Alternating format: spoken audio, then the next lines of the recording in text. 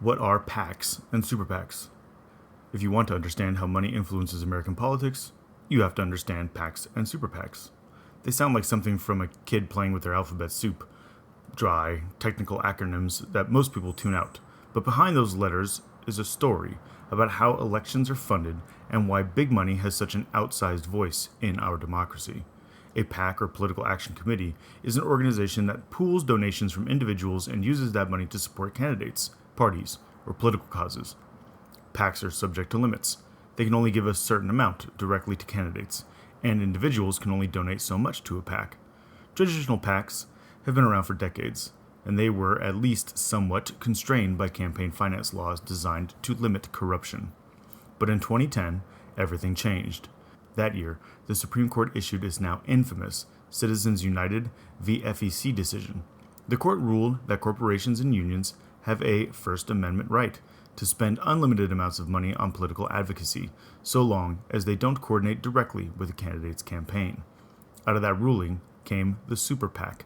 Super PACs can raise and spend unlimited amounts of money to influence elections. They can't hand cash directly to candidates or officially coordinate strategy, but in practice, the boundaries are pretty porous.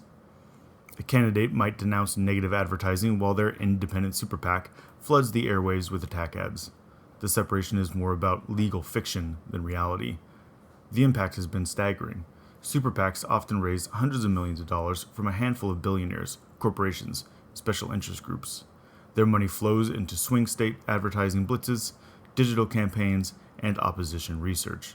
In many cases, candidates are outspent by their supposed independent allies. Defenders of the system argue that this is simply free speech.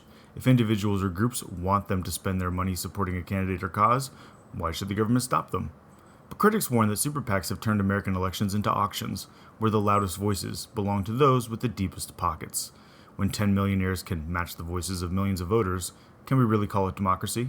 When 1 billionaire can outweigh the 10 millionaires and swing an election on their own, is that democracy?